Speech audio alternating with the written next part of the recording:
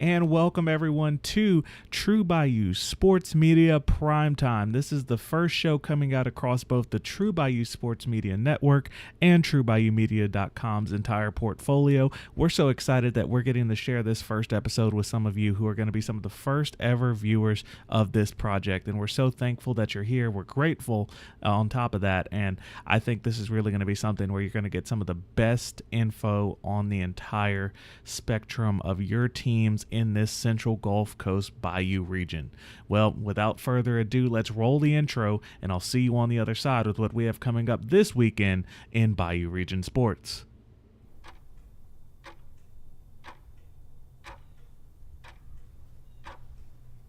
It is prime time on the True Bayou Sports Media Network. My name is Donald. I'm your host this and every week as we get you ready for another week of coverage of Bayou Region sports. If it's the New Orleans Saints, the LSU Tigers, New Orleans Pelicans, or your favorite team from across the region, from the Bayou City to the whole boot and through the Mississippi Sound, we get you ready for what's going down on the True Bayou Sports Media Network. All right, how about that? We are here, and of course, this is going to be our layout that we use every episode here on True Bayou Sports Media Primetime. This will change a little bit with information as it's a little bit of a small week here in the state of Louisiana, but things are ramping up quickly, and we're excited to bring them to you. Let's start it off with what we have coming up this week. Of course, it's going to be Saints 49ers preseason action over in California. That's going to go down tomorrow. We'll be posting our second ever show on the network here. That's going to be Keeping It True Bayou Saints, part of a Keeping It True Bayou series for all your local teams in the region, as well as those teams that you just have to know a little bit about outside the region. We'll be working that in as time goes on, increasing our footprint and giving you the best coverage of sports in the Bayou region. But also we're going to talk a little bit about things that happened during the week. So normally you might see this as a final recap of some of the games that went on, be it football, basketball, so forth and so on. In this case, we got LSU women's soccer that opened up the NCAA portfolio for the LSU Tigers. We'll put some other scores up there as the weeks go on, and it's going to be a lot of different teams you'll see up there. Sometimes you'll see maybe a track result if there's a record at school, or maybe you'll see a football scoreboard of the entire state. Who knows? That's where you come in. You let me know what you like to see, and of course that can be done in the comments here on YouTube, as well as wherever you're catching the podcast, hopefully over to start at least at TrueBayouMedia.com, where all of our shows are hosted. You just go down to the bottom link and you'll find information there. But regarding the sports landscape, let's talk a little bit about what is going to be critical here as we're approaching the end of training camp for the Saints. We're approaching the end of fall camp for the LSU Tigers. We're 2 weeks away from going to Las Vegas. I'll be there bringing you coverage from beautiful Las Vegas, Nevada, and that is where all of this is going to end up kicking off real. Now, we'll see some other schools that'll start on the Thursday, McNeese, Tulane, so forth and so on. We'll bring you coverage of that on Keeping It True Bayou in Louisiana. But as far as your major three, it's going to be a fun matchup to start off fall sports with LSU USC.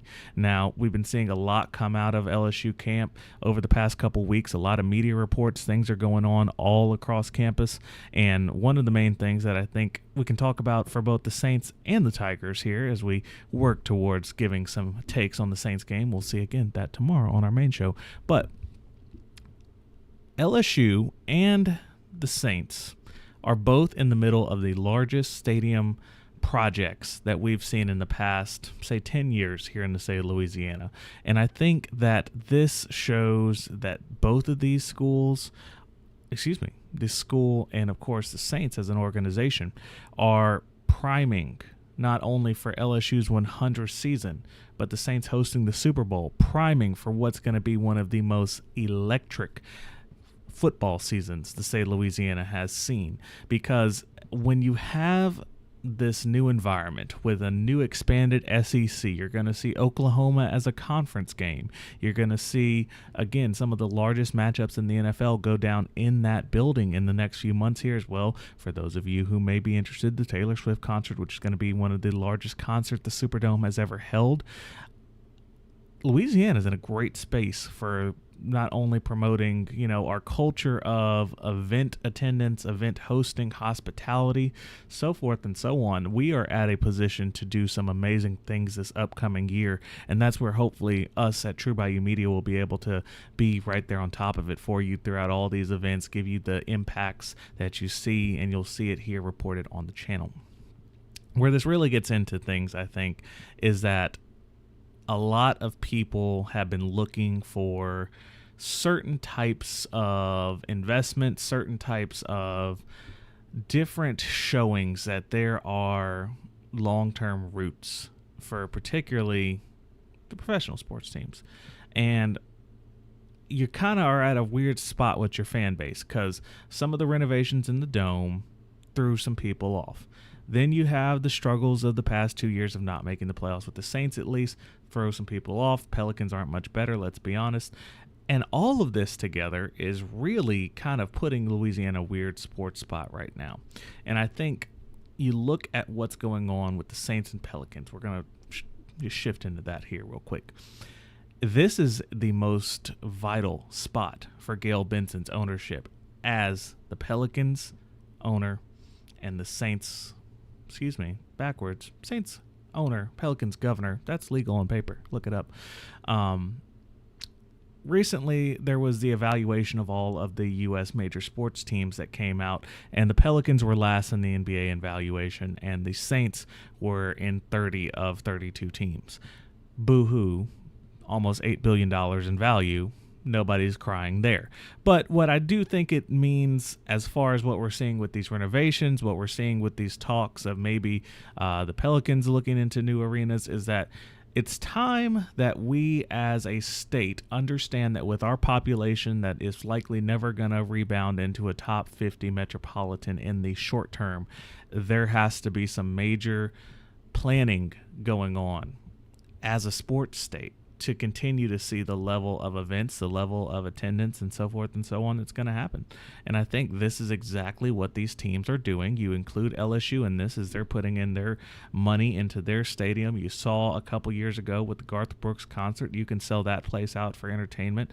That is now 3 dominant athletic venues. And again, we don't leave anybody out here in Lafayette. Our Lady of Lourdes Stadium is making great progress. That'll bring what was formerly Cajun Field and is still in many of our hearts up to an entirely new level of standard of performance that we haven't seen in such a long time. Up in Louisiana Tech at Ruston, you have a lot of things going on there. They just installed a huge new video board, which elevates the game day experience there so much, which you kind of need with Conference USA insisting on playing on Tuesdays for the sake of what it can do for the finances. You have to bring in those people for some reason on a Tuesday night, and when it's 30 degrees in North Louisiana, kind of get that damp, cool hunting weather type feeling. You got to find a way to get people into the Joe, and I think they're doing some great things there. Also going to be a new building that goes underneath that scoreboard that'll start construction after this football season. So there's a lot going on as far as investments within the state sports culture, and part of what we're trying to do here at True Bayou Sports Media is continue to bolster this investment that's being made, continue to bolster the impact that we believe it can have in Louisiana sports, Louisiana culture, and Louisiana life, of course, and across the Bayou region. It's not like somebody who lives in Bay St. Louis or Biloxi is not benefacting or enjoying the ramifications of what happens when New Orleans gets a new venue. That's where they go to watch their sports. That's where they go to enjoy things. And that's why we made this network the way it is. It's because it's meant to include everybody in the region who enjoys what we produce out of this region. And, you'll notice there in the intros and then so forth and so on that I include, part of Texas, Houston, Beaumont, all that, because those people, not only from the transplant effect of a lot of people simply just find that to be their home after they leave Louisiana for whatever reason it may have been that you left, there's a great tie in that city. There's a lot of people who live in that city who will say that they're more Louisiana than they are Texas. That's debatable, but it's certainly where that Bayou culture has spread, and it has strong roots there. So we look to promote that. We'll get into that much later down the road. Don't worry about that this fall, but there's some plans there. So I see you, H-Town. We'll keep you up to date. focusing primarily on Louisiana this fall. Primetime is going to be more of what's to come, what's coming up. How is this weekend about to go down? Who has to step up? Who has to make major implications, and so forth and so on there. This weekend is going to be a little bit weird because inherently this weekend should be pretty much cut and dry. Saints really shouldn't need to play many starters, if any at all. You should go out against a very injured 49ers team that canceled their joint practices with you and just go take care of business, get another victory, and then go to a brand new, fully renovated Superdome opening up the next week. That's what should happen. But unfortunately, I don't think it is. And we've seen the reports come out that hint that this is going to be the situation. You have major problems on your offensive line for Dennis Allen and his team. You have major problems for what is an offensive continuity that you have now reincorporating Rashid Shaheed, who's coming off of injury. Dealing with Talise Fuanga, who has a current sidelining injury that isn't necessarily devastating, but certainly we'd hope that that does not linger going into the season with the limited depth you already have. And now trade rumors start swirling that the Saints are looking to go pick up offensive tackles from other teams. This is where there's a bit of a glowing red flag in front of my face that I have to contend with. And Dennis Allen, Mickey Loomis is now involved in this, obviously, whether you're having to look at maybe you have to adjust the roster and, of course, the cap magic that has to be done to make that possible with bringing in quality starting talent in the league. We're at a tough spot.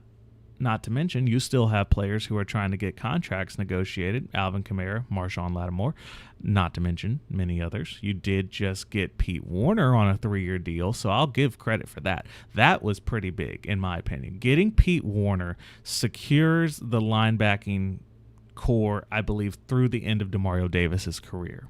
So right now, 3 years on Pete Warner, I think that's going to be very safe that you end up seeing that be the end of Demario Davis. He will be probably past playing age at that point. Obviously, has a lot going on with the family, and I think he'd be interested in taking that route should the Saints make some significant push towards a playoff role, at least his time in New Orleans. Because while the offense is lacking depth, while the offense is lacking being able to implement the new Clint Kubiak system that is going to supposedly save the offensive woes that we've dealt with these past couple years, you have on the other side of the ball Dennis Allen, who has put together the defense that he wanted all these years, who has the pieces at what some might consider to be extended prime, where now you have someone like Cam Jordan taking some snaps at defensive tackle because while he's still a quality player in the league and deserves his starting minutes, you bring in Chase Young, adding, again, more depth along with Carl Granderson to where that defensive line is now shored up beyond where it's ever been, I believe, in the past Sean Payton, Dennis Allen era. Maybe you go back to, Will Smith and all that. I could see maybe you advocate that was a little bit of a better defensive line, but I think you're right there at one of your best ones you've had so far in this modern era of Saints football. Secondary strong, linebacking core is strong. You can't really ask for more there. But what we have to ask for, what we have to see in this Saints 49ers game is particularly going up a set of players who knows Clint Kubiak's system. You can't show much, and this is what's going to be so difficult, I believe, for a lot of Saints fans to maybe understand, come to terms with, is that if Derek Carr goes out there and you see Derek Carr play 2 more series this week, which we've seen reports from the Saints that the starters will be out there. So I'll give them the opportunity to say that, okay, starters will be out there. No problem. Sure. Whatever. At the same time, is it realistic to think that Derek Carr is going to go out there, much less, like you said at the end of the postgame, show you anything of value? And then you're trying to incorporate a continuing injured roster. Keandre Miller's still not back. You still don't have the offensive line depth that you need. Thankfully, you got Shaheed back in practice, but I don't see him taking more than like a series. It's not really worth it at this point if he does it all. So at this point, thankfully, you have a lot of young talent in the wide receiver core that'll make whatever Jake Haener and Spencer Rattler do and continue to probably fan the flames on getting Rattler or Haener more of a look as we go forward into the season, which will just add beautiful drama to what is already present in this team. I'm honestly just looking forward to seeing how this game plays out. What do you get from Derek Carr if he plays? Can you get a series? Can you get a touchdown? Can you, from the offensive line, go without sustaining any injuries? And with that, is Trevor Penning going to improve his passing blocking ability? Because his run blocking, very good. We know it's good. But his pass blocking, he's struggling in practice. We have 2 weeks left until it's time to go. Really 3 until the season starts. But you know what I mean by that. He has to get better. He has to get better as a pass blocker, which is not anything that nobody knows. Everybody knows this. The team would tell you this. It's known public information. But what it is going to imply is that there is the need to protect Derek Carr. And I say that from, I think, a lot of what we would agree here. You don't want a repeat of last year where, say, for instance, due to the lack of offensive line depth, Derek Carr goes out sometime in the first 4 games, gets injured, and then you're giving significant playing time to Rattler and or Haener, much like you did with Jameis, and now there is a split contention in the fan base that says, we need to get the other guy in here because I like that better, while there's another contention in the fan base that says, no, we need to make sure that Derek gets the best opportunity to start because he is the best thing we have right now. Whichever side of the fan base you're on that, you have valid points. Trust me, you do. You have excellent valid points. What we're really talking about at this point is a money thing when it comes to having that, because you don't want Derek Carr to be sitting on your bench because he does not have the trade value necessary to be able to ship him out if you do want to transition to, be it Haener, Rattler, or prepare to take a early first round pick next season.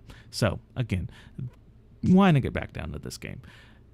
Saints 49ers is going to primarily be a test to see what Clint Kubiak can do with limited ability to show his playbook. It's going to be a test to see, is that defensive unit going to be able to give enough of a gap, give enough of a set of series of downs to let either Derek Carr get some good field position, score, calm the fan base, and particularly when it comes to the operation of the team, give some confidence that the implemented package is working, because that's going to affect team chemistry. What the fans want, it's great for us here on this side of the mic, but at the end of the day, what the team wants is to see that that package is working the way how it's supposed to, which is why you hired that offensive coordinator. That's going to be the primary takeaway here. You're going to see a lot of guys who are down roster who won't see a lot of starting time when it comes to the season, and it's good to see that. I enjoy it. Not a lot of people can really do the whole preseason thing. I enjoy seeing these younger guys who are fighting to either be on a roster or get on someone else's roster go out there and absolutely ball out. Very entertaining. Also, I don't think we're in a kicker's battle yet. I do not think we are in a kicker's battle yet. But my goodness, was that a kick at the end of a game? Your first ever organized football kick in the United States is a game winner from plus 50 yards. Wow, what a kick. What an opportunity for the Irishman, Northern Irishman. I did check that. Thank you. I want to see what he does. I don't know if Blake Grupe necessarily needs to go out there and play large minutes of this game. I think you could easily do one gets a half. You could do something similar to where maybe Grupe goes out with the first team and sits out the rest of the game. I just want to see what the guy can do, because if this is something you need to throw on your practice squad, that's one thing. If this is something that you need to go out and say, hey, much like how Blake Grupe did compared to Will Lutz, and say, I think this is the guy, I'm willing to see it. But at the same time, I have great confidence in Blake Grupe. He was a rookie last year. Let's not forget that. And did amazing things. I think he's going to do amazing things with some seasoned work, with knowing the league a little bit better. I want to give that guy at least a couple years to really get his footing in the league and see what he can do.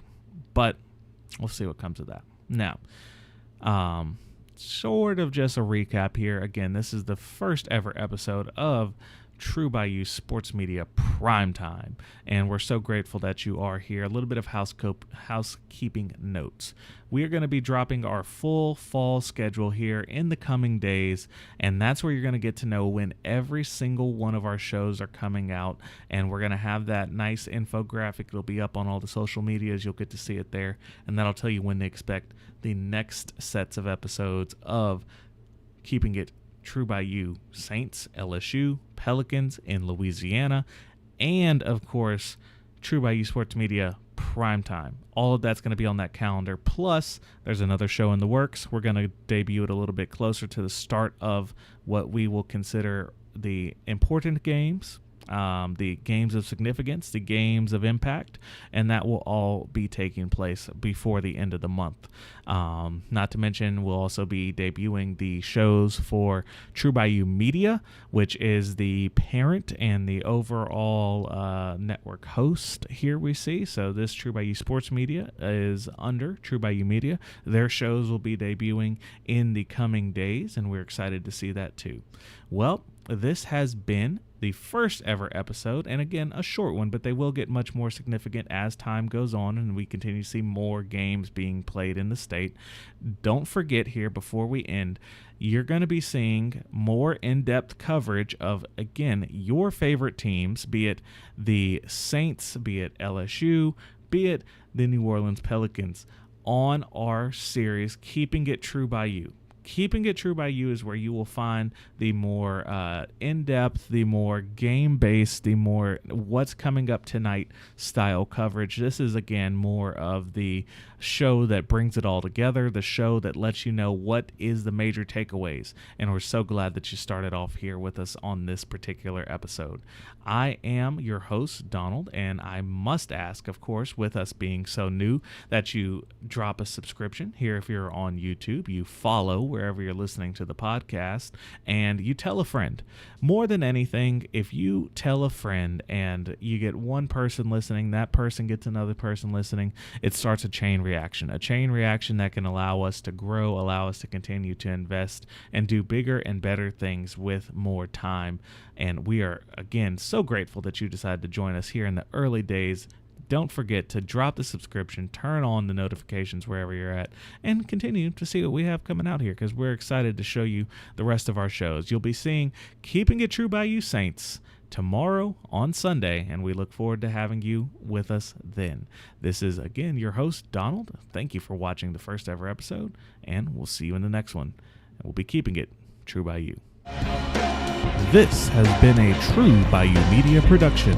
This show is for entertainment purposes only and does not render legal or financial advice. Remember to bet responsibly.